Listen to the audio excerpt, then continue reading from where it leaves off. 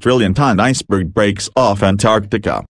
One of the largest icebergs ever recorded, packing about 1 trillion tons of ice or enough to fill up 2 Lake Erie's, has just split off from Antarctica in a much-anticipated, though not celebrated, calving event. A section of the Larsen C ice shelf with an area of 2,240 square miles, 5,800 square kilometers, finally broke away sometime between July 10 and today, July 12. Scientists with the U.K.-based MIDAS project, an Antarctic research group, reported today.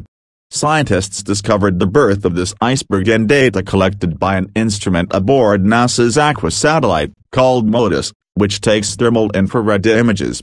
In photos, Antarctica's Larsen C ice shelf through time. Even though the towering berg weighs more than 1.1 trillion tons, 1 trillion metric tons, it won't have a direct impact on sea level rise.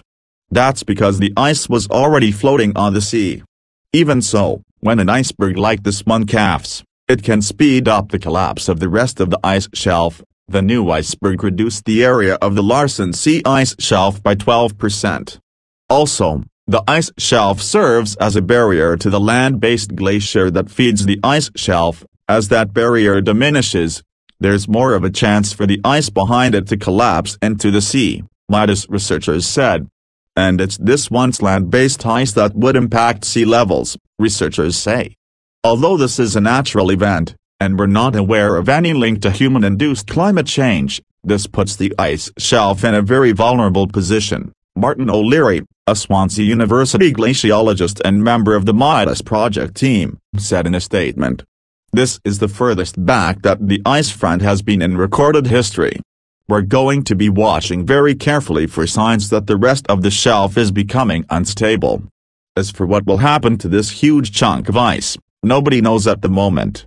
The iceberg is one of the largest recorded and its future progress is difficult to predict, Adrian Luckman of Swansea University, lead investigator of the MIDAS project, said in the statement. It may remain in one piece, but is more likely to break into fragments. Some of the ice may remain in the area for decades, while parts of the iceberg may drift north into warmer waters.